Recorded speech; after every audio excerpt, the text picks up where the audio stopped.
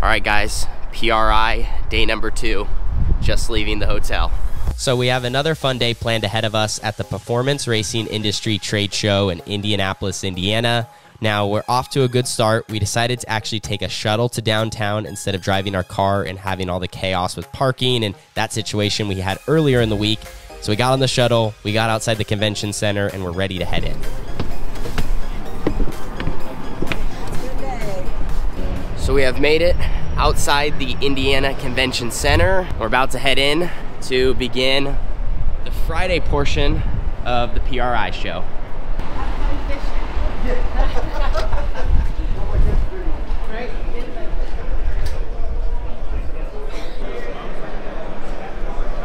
So walking in today, we actually did a better job, I think, mapping out where we're gonna go see to be more efficient and save time, be able to see more. Yesterday, we really just wanted to take the chance to kind of explore. We did some research beforehand, but then, you know, it's kind of like your first rodeo. Now today, we have a better idea on what to expect and where we're gonna go.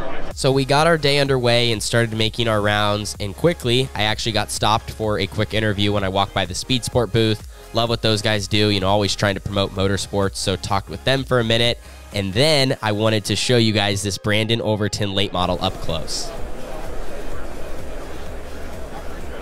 I know all the late model people will love this, but I've always wanted to drive one. In 2024, I need to, even if it's on the West Coast where they're not as popular, need to get in someone's late model. Cool.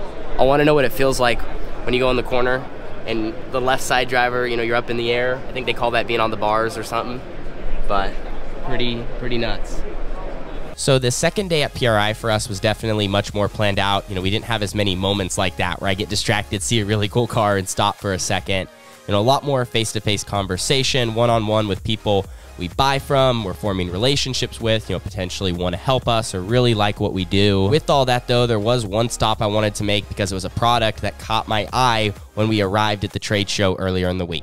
So yesterday when I was shooting over this way at PRI, the booth next door here caught my eye. It's called the Cooler Cruiser. You want to tell me about what you got here? Yeah, so this is the Cooler Cruiser. You can customize it however you want. You can do a gas or you can do electric. This one's 40 mile an hour, forward and reverse, 3 speeds.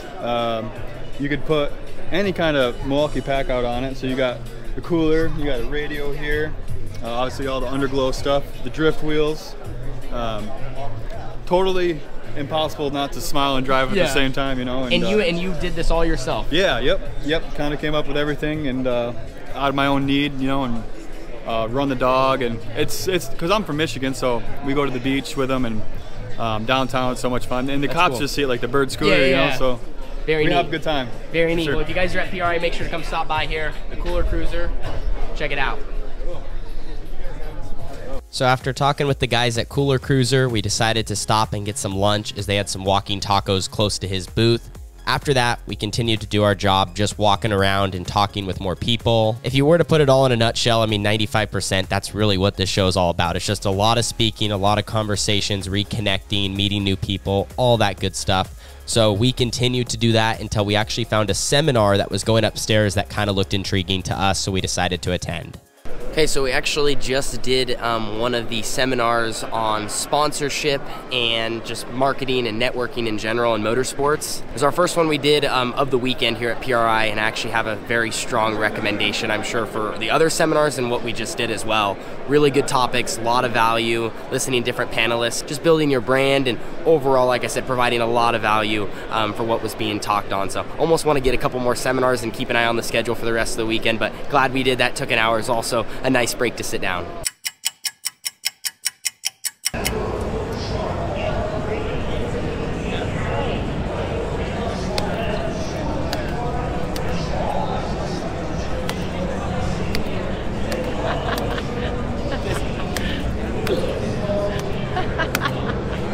Come on, faster. Faster. This is, you gotta have good peripheral vision.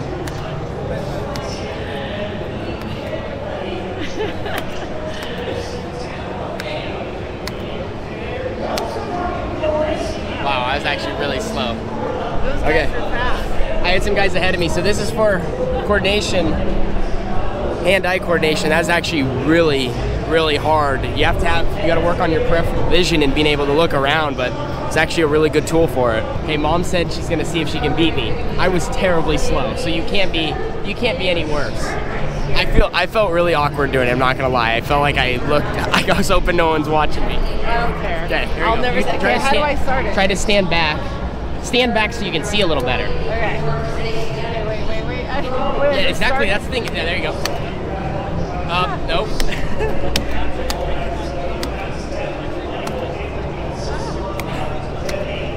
Nope. Shoot. I was expecting to go well. It's like...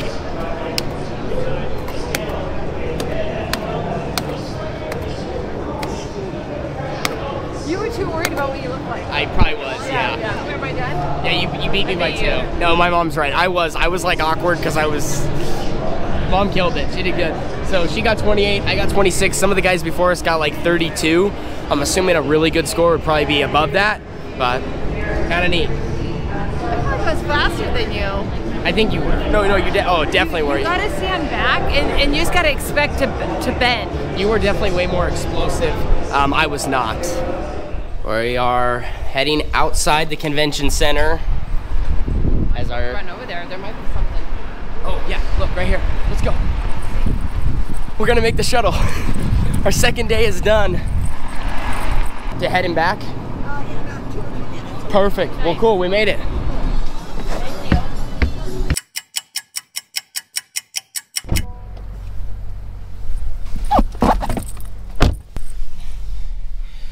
So we just got in the car. It is 7:45 on the dot, and we're about to head to the convention center for our last couple of hours of PRI. I don't think I'm gonna really do anything here on the video. We've pretty much covered it all, you know, our first 2 days of the show. So we gotta head there. We're gonna be there from about 8 to 10, and then after that, I have something really exciting to share. A place that we're gonna head that's very famous in Indiana before we fly out and head back home to Southern Oregon. Probably. Okay guys, we have made it to the Brickyard.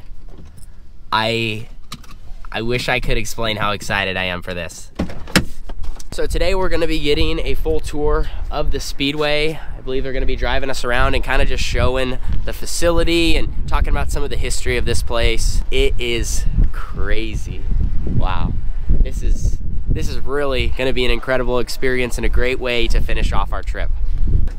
Welcome to the Indianapolis Motor Speedway Museum. Penske Entertainment and the museum staff would like to welcome you to the guided track tour. This is longtime Indianapolis Motor Speedway and IndyCar contributor Dave First, and I'll be your narrator as we take a lap around this historic facility. So we stood on the gas for our lap, averaging about 20 miles an hour in the bus, when usually the Indy cars are going around this place. It's more like 220 or 230, just wild. But they took us all the way around the track and then let us off on the front stretch so we could see the bricks. So we have made it on the front stretch here in Indianapolis. There's the big tower, the bricks. This right here, this is one of the most famous spots in all of motorsports, and part of why they call it the Brickyard. This place is so incredible. We just looked it up. The capacity, and not total people, but just seats, is right above 257,000. And they said in there that it's the largest single day event, think of all sports that are held. It's really crazy looking at pit lane, looking at all the stands on the front stretch, how they go all the way around, and just the corners and how it's built. And they were talking too how this place almost at one point, I think during World War II, it almost went under and it was vacant for a couple years where they didn't do any racing, and it was sold off, and at one point it was like Indy wouldn't have continued, but luckily it did, and now it's the staple that it obviously is in 2023.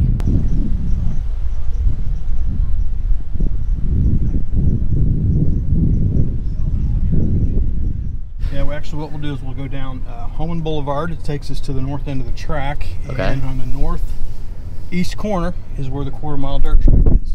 Gotcha. So we got some special permission. Mike here is taking back to where they host the BC39, the dirt track that's in the infield here at Indianapolis.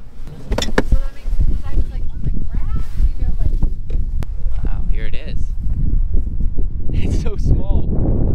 This is crazy. This feels like one of our outlaw kart tracks. Yeah, this is where they host the BC39. It sounds like they bring in stands. I don't know exactly where, but there's no stands, of course, around it now. But as they need, they bring it in. It's probably starting to get a little windy, but really, really glad. Big thank you to Mike and the security for letting us come back here and check this out. I know that you don't just get to necessarily go and do this. And you can see the bricks over there where they kiss. So all the dirt racers get to do that too. All right. Well, it's about to start raining really hard, so we're going to get out of here. But really cool. Well, thank you. Thank you. Thank you. Thank you.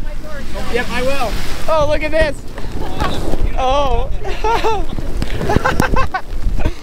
Oh, no.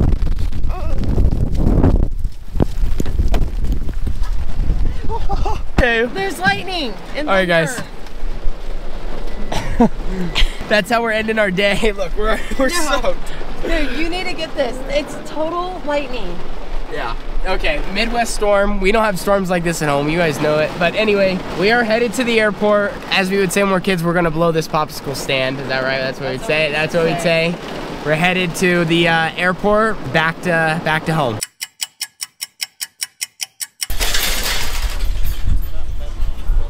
So there is our ride back home in Southern Oregon after a couple days across the country. What an awesome trip. Had so much fun, made some great connections, and totally took advantage of the opportunity. And now we're back home for the final time in 2023. We're gonna enjoy the holidays. We're gonna be staying close to Southern Oregon for a little bit. We're gonna be gearing up for 2024 now. See you in the next one. Deuces.